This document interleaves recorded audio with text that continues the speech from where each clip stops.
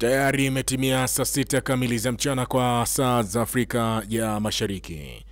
Ifuatayo ni taarifa ya habari kutoka Radio Kwizera FM.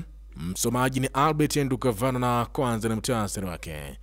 Jeshi la zimamoto na uokoaji wilayani Biharamulo mkoani Kagera limewataka wananchi na waendesha vyombo vya moto kuepuka kuhifadhi mafuta ya petroli ndani kwa ajili ya biashara na kuhatarisha usalama wao.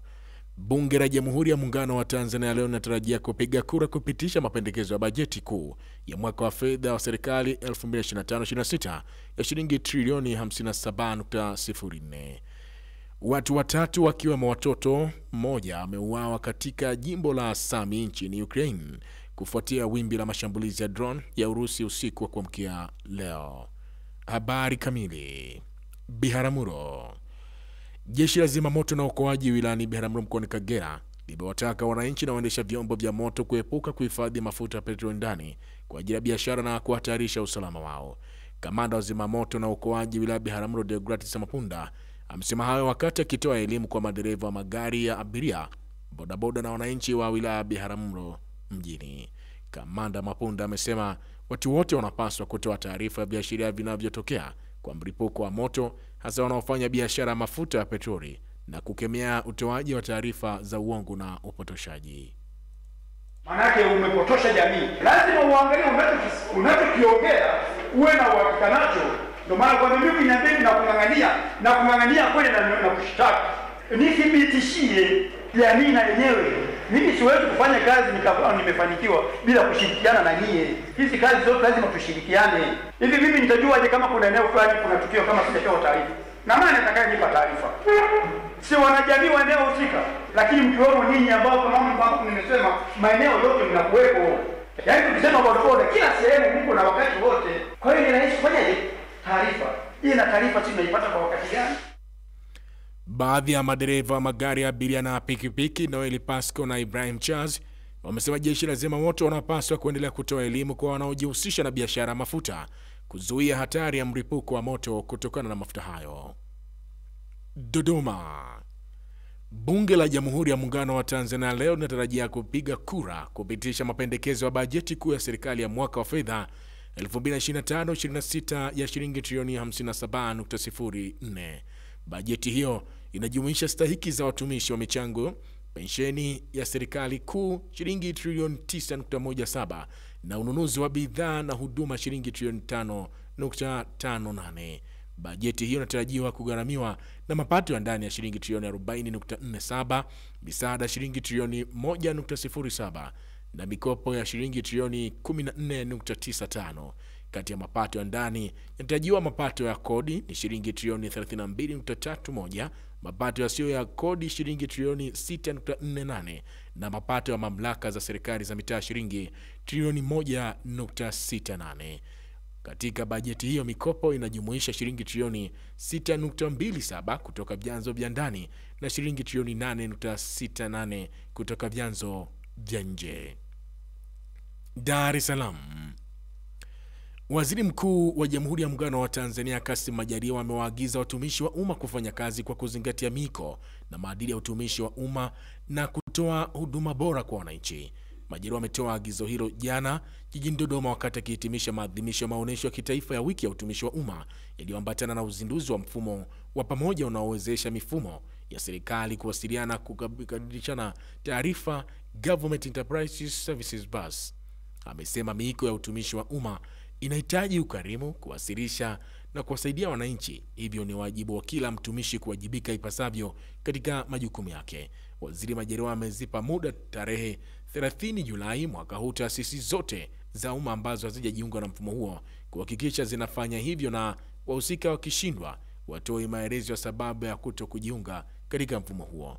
Amesema kwa mfumo huo unalenga kurahisisha utendaji kazi na upatikanaji wa taarifa kwa wakati ndani ya serikali. Unaendelea kusikiliza taarifa ya habari kutoka Radio Kwizera FM.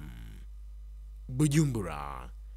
Rais wa Burundi Jenerali Evariste Ndayishimiye amesikitishwa na mwenendo wa baadhi ya majaji nchini humo, akiwatuhumu kwa kushiriki vitendo vya rushwa vinavyosababisha maamuzi ya upendeleo kwenye mahakama.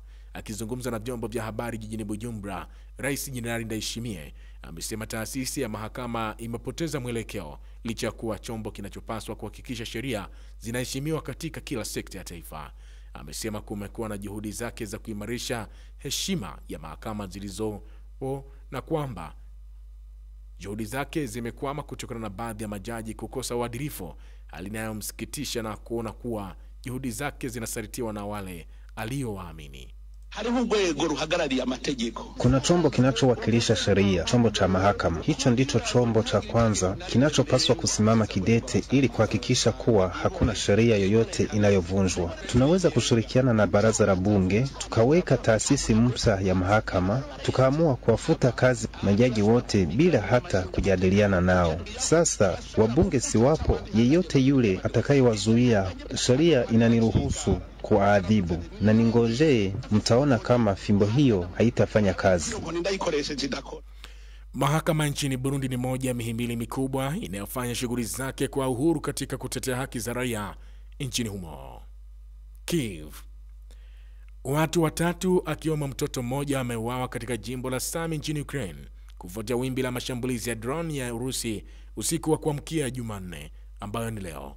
Hayo yameelezwa na mkuu wa vikosi vya jeshi wa jimbo la Sami, Oleg Gigorov, akisisitiza kuwa watu wengine watatu walijeruhiwa katika shambulio hilo. Meya wa jiji la Moscow, Sergei Sobyanin, amesema kwamba mifumo ya ulinzi wa anga ilidungwa droni mbili za Ukraine zilizoelekezwa katika mji mkuu wa Urusi na droni zingine zikiharibiwa huko Kursk na Bryansk. Mashambulizi hayo yameendelea nchini Ukraine wakati rais wa nchi hiyo Volodymyr Zelensky akiwa katika ziara nchini Uingereza kujadili mzozo unaoendelea kati ya Ukraine na Urusi. Kabla kumaliza taarifa ya habari, huu tena ni muhtasari wake. Jeshi la zimamoto na uokoaji wilayani Biharamulo mkoani Kagera limewataka wananchi na waendesha vyombo vya moto kuepuka kuhifadhi mafuta ya petroli ndani kwa ajili ya biashara na kuhatarisha usalama wao. Bunge la Jamhuri ya Muungano wa Tanzania leo linatarajia kupiga kura kupitisha mapendekezo ya bajeti kuu ya serikali ya mwaka wa fedha 2025-26 ya shilingi trilioni 57.04. Na watu watatu wakiwemo mtoto mmoja wameuawa katika jimbo la Sami nchini Ukraine kufuatia wimbi la mashambulizi ya drone ya Urusi usiku wa kuamkia leo. Waza Wazua. Msikilizaji, usifurahi kuona mwenzio anapitia kikombe kigumu. Kumbuka anakamilisha mapito yake na hauwezi kujua mwisho wako ni upi. Waza Wazua. Na huo ndio mwisho wa taarifa ya habari kutoka Radio Kwizera FM. Endelea kutufuatilia katika mitandao yetu ya kijamii ya Instagram, TikTok na X @Radio Kwizera FM, YouTube Kwizera TV na website yetu ya radiokwizera.co.tz. Saa 10 kamili alasiri utaletewa duru habari.